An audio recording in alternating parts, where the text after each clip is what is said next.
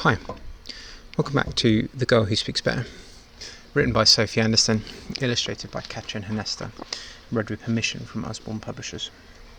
Chapter 26, The Frozen Ship. The house approaches the end of the thick sheet of ice in the bay and skids to a slow down. Its movements are large and eager. All its windows are wide open. I think we'd be whooping with delight if it could. The frozen ship rises above us, glittering and brilliant, and with a massive leap the house jumps onto its deck. Ice cracks and wood creaks beneath the house's feet as it walks along the deck, and the whole ship shifts as if coming to life. When the house reaches the bow, it sits on the end and stretches its legs down either side of the ship until they reach all the way to the frozen ocean below. The door curves into a smile so high that it crumples the eaves. An echoing bang explodes through the air. The ship drops, and my stomach with it. There's another bang, and another, and the ship lurches sideways. Rhythmic thumps roll beneath us, and the ice rumbles like thunder. I lean over the house's balustrade to see what's going on, and Mousetrap leaps down and runs off the rail of the ship. "The house is breaking the ice of its feet," he squeaks over a cacophony of smashing and splashing. "We're about to set sail." A moment later he reappears on the house's roof and leans his whole body east, as if by doing so he might steer the house and the ship that way. "To the fiery volcano!" The ice around us splinters and groans like a great monster waking from sleep. Then, with a gut-wrenching lurch, the ship falls through the ice. Glacial waves crash over the gunwales, and for a sickening moment I think we're going to sink to the bottom of the sea. But the ship bounces back up and my heart vaults inside me. Yuri screams, Ivan growls, Blackiston hoops, Mousetrap trills with glee, and Elena jumps up and down on the tips of her toes. The house begins paddling. It rocks back and forth as it sweeps its feet through the flow-littered water either side of the ship.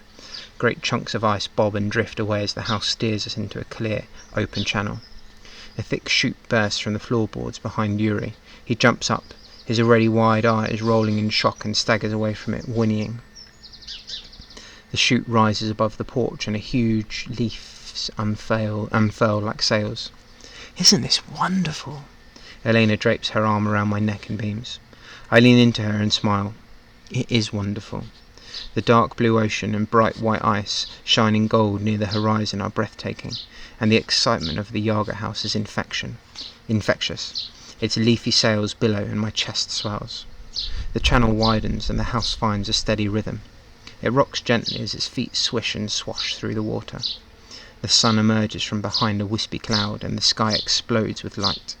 Dazzling rays shoot across the snow forest, and, far to the south, the peak of the Blue Mountains shines as bright as stardust. "Stardust!" I shout, an idea blazing into my mind. Mousetrap lands on my snout and looks at me in confusion. "What are you talking about, human girl?" At the very top of the mountain, where the ancient peak is stained blue by the sky, Nastasia carved 6 arrowheads, made from thick blue ice and hardened with stardust. They were strong enough and cold enough to cool the anger in a fire dragon's heart. I quote Anatoly's story word for word, excitement bubbling inside me. "My necklace is one of those arrowheads. We can use it to fight Smay. Nibble through the cord, please, Mousetrap." Mousetrap runs to the back of my neck. I feel him gnawing deep in my fur. Then I feel the arrowhead slipping. Elena catches it before it falls. "This is one of your birth mother's arrowheads, isn't it?" She holds it up to the light. "Anatoly told me the story of her battle with Smay." I nod, looking at the blue-white rock in Elena's hands. The last arrow. In Anatoly's story it sailed over stars, carrying love and strength. It dipped under the moon, picking up moonbeams and magic. And it brought my birth mother's story to me, the story of how she died. An image of her forms in my mind. Valentina said that she looked like me when I was human, but I picture her bigger and stronger. She was a great warrior, but she died fighting Smay, so what hope do we have? My muscles tremble like bee wings. Mousetrap nips my ear. A web of strength, remember? I take a deep breath and look around at Elena, Ivan, Yuri, Blackiston, and the house. Mousetrap is right. Nastasia was alone, whereas I have a herd. "House?" Elena pats the balustrade. "Could you grow me a bow and an arrow shaft, please?" "What an excellent idea," Mousetrap trills. "The Yaga girl can fire the arrow into Smay's heart." No. I shake my head, not wanting Elena to be in the centre of danger. I'll carry the arrow between my teeth. My attacking skills will be of use, Ivan growls, and the fur on his back shivers menacingly. I'll force Smay into a corner, then you can tear the arrow through his heart. Either one of you would be burned to a crisp before you got near Smay's heart. Mousetrap looks from me to Ivan and shakes his head. You're lucky a creature with intelligence is here. Ivan bares his teeth and snarls, and Mousetrap darts up onto the roof. This is perfect. Look, Yanka. Elena holds a long curved bow that has grown from one of the balustrade spindles. I raise a paw, longing to touch it. Mousetrap is right. Firing the arrow from a distance will be safer than a close battle with Smay, but I wish I could be the one to do it. A thin, fibrous vine curls down from the roof and Elena rolls it between her fingers. I'll string the bow with this. She breaks off the vine and ties it to one end of the bow. I'm so pleased I can help you with your plan, she beams. I'll shoot Smay. You can talk to the lime tree, then the house will take us back, and we'll find Sasha safe and well. Elena strings the other end of the bow, then holds it up to admire her work. I need to practice with something. Any ideas, House? Long, thin arrows grow from the floorboards like rye, their heads thickening into sharp wooden triangles. Thank you! Elena snaps a few off for practice arrows and steps onto the deck of the ship. She fumbles with an arrow, dropping it several times before finally managing to draw it back in her bow. Then she closes one eye and aims at some barrels stacked near the stern. She releases the bowstring and the arrow flops to the floor a few feet away from her. But she picks up another arrow and tries again. And again. Elena keeps practicing and improves slowly, shooting further and with more force each time, but she doesn't hit the barrels. Most of her arrows skid across the deck. A few sail off the ship and fall into the sea. The chance of her hitting Smay is slim. Ivan rumbles as another arrow nosedives from Elena's bow, skids across the deck, and disappears over the side of the ship. I nod. Ivan's right, but a plan is forming in my mind. I'll lure Smay out of his cabin and distract him so Elena has a clear shot. If she misses, one of us will retrieve the arrow and carry it back to her so she can try again. Blackiston opens his wings and glides down from the roof to the balustrades. I can do that. He stretches his claws. I'll be able to catch the arrow mid-flight if needed. Ivan nods. I'll help to drive Smay into the best position and ensure the arrow returns to Elena. What will I do? Yuri asks, rising onto his hooves. Your strength is fleeing. Mousetrap drops from the roof onto Yuri's short antlers. I'm very good at fleeing, Yuri agrees proudly. I smile as a perfect idea jumps into my mind. You can carry Elena on your back and flee with her if things become dangerous. I shall do that, Yuri nods. And my strength is, Mousetrap begins with a flourish. Your exceptional hunting skills? I suggest. It's rude to interrupt, Mousetrap glares at me. And actually, my strength is my war dance. It's the best you'll ever see. He leaps onto my snout, puffs out his chest, and sways his head from side to side. I'll hypnotise Smay with it, to keep him still whilst the Yaga girl shoots. The plan clicks into my mind, piece by piece. Yuri will carry Elena and keep her out of danger. I'll draw Smay into the open, and Ivan can help me keep him in place. Elena will fire the arrow from a distance, and if she misses, Blackiston or Ivan will return the arrow to her. Mousetrap can do his war dance, whatever that is, and once we get past Smay, I'll talk to the lime tree and ask it to save Sasha, and me. As I let myself believe the plan will work, I feel light as the clouds above. My muscles relax, but I feel strong. It's a strange new sensation. I always thought strength came from facing things alone, but maybe I was wrong.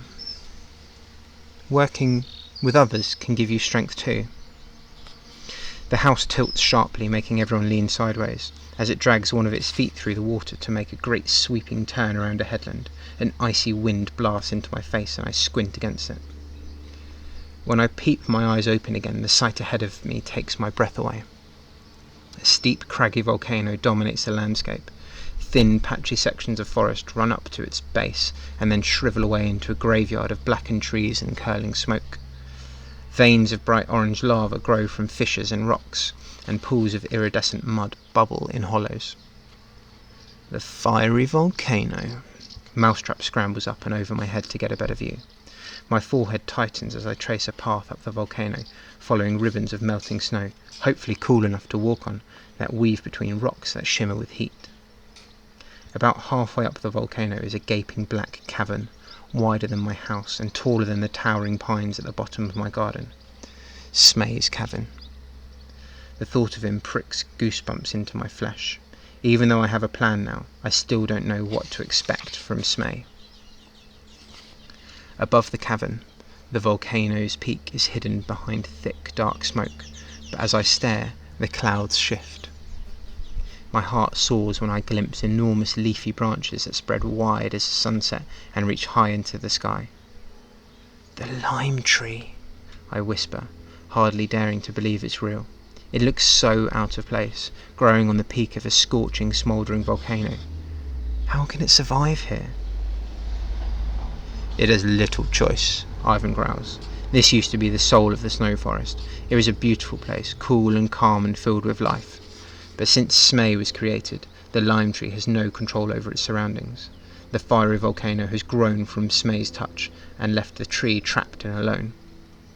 Ivan glances up at the lime tree, barely visible behind swirls of dense smoke, and his eyes flash with a mixture of anguish and sympathy. "You told me before that Smay guards the lime tree," my brow furrows. "But now you make it sound like Smay is harming the tree." "Both are true," Ivan nods. "I don't understand. Where did Smay come from? Why does he guard the tree in a way that harms it?"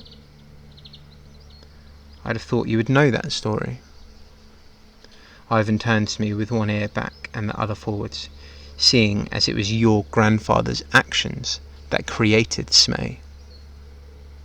"My grandfather?" Another gust of wind drives needles of ice beneath my fur and I shiver. "The bear Tsar?" Ivan nods. "Yes, but before he was a bear, when he was still a human, a woodsman called Dmitri." "Sit. I have time to tell you the tale before we arrive." I sit, as Ivan suggests, anticipation trembling inside me. The house paddles smoothly along, past rows of charred trees and jagged black rocks. The evening sun throws long shadows ahead of us, and smoke belches from a crack in the ground. The rotten egg smell of sulphur seeps into my nose, and it leaves a bitter taste in my mouth. Ivan snorts out a small puffy cloud. Then he begins his story with, "Once upon a time." The lime tree's wish. Once upon a time there was a lime tree that was the soul of the forest, as tall as the sky and as wide as the sunrise. The tree was filled with magic and joy. It danced with the trees around it, and it sang with the birds on its boughs. But then the woodsman came. The tree could have knocked the woodsman's axe from its hand, but the tree was kind, and offered the woodsman a wish in exchange for compassion. The woodsman took the wish and asked for more and more, until the tree, exhausted and downhearted, refused. Consumed by greed, the woodsman roared in anger and chopped down a branch, and the tree cried out in pain. On the ground, the cut branch writhed and swelled with fury. It cracked and split and grew 3 heads and reared up as a furious flaming dragon, burning with the fires of anger and injustice. The tree trembled in fear, for it had no control over the fire dragon, and could only watch in horror as flames and lava spewed from the dragon's mouth. The forest was set alight, birds flew away, streams dried up, and flowers were smothered with ash. The tree begged the dragon to stop, but the dragon's flames grew hotter as it vowed to defend the tree from the greed of man for evermore. The dragon roared over the earth, and groundwater exploded into scalding fountains. Mud cooked until it bubbled and boiled. Clear pools were poisoned with yellow acid, and noxious gases swirled into a deadly mist. The rocks around the tree swelled with magma until a volcano blossomed, with a cavern on its slope for the dragon to live in. When the dragon grumbled, earthquakes shook the forest. When he raged, the volcano erupted so violently it drew lightning from the sky. Above the cavern the lime tree stood, alone and sorrowful, because although the dragon only wanted to protect the tree was now trapped, far from the forest it loved. Each time the dragon woke and breathed fire into the sky, the tree wept as the forest burned, and although the tree was full of magic, it could not grant its own wish, that one day the dragon's anger would cool, and it could return to the forest it loved.